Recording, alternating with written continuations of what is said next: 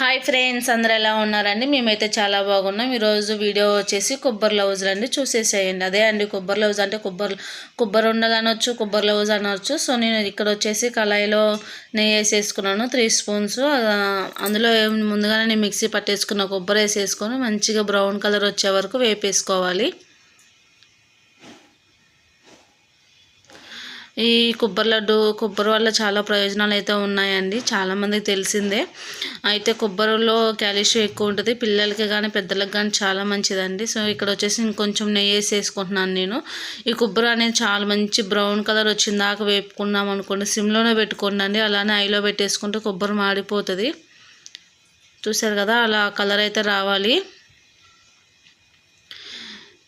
కొబ్బరి లడ్డూలు ఎంతమందికి ఇష్టం అనేది అయితే నాకు కామెంట్లో చెప్పండి.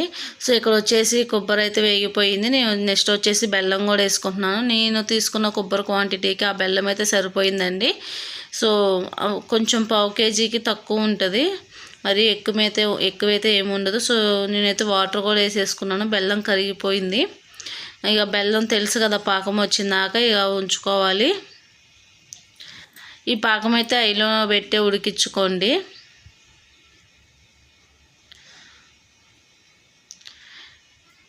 ఓకే అండి, ఇక్కడ వచ్చేసి పాకం కూడా ఉడుకుతుంది మంచిగా. చూసారా ఎంత మంచిగా కలర్లో పడుతుందో.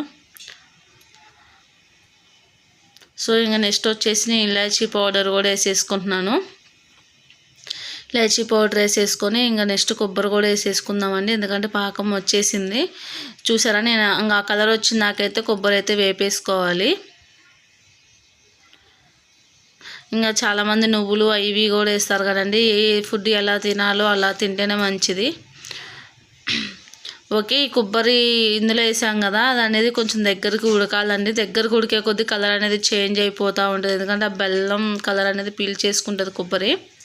చూసారా, ఇందాక ఉన్న కలర్కి ఇప్పుడున్న కలర్కి ఎంత తేడా వచ్చిందో.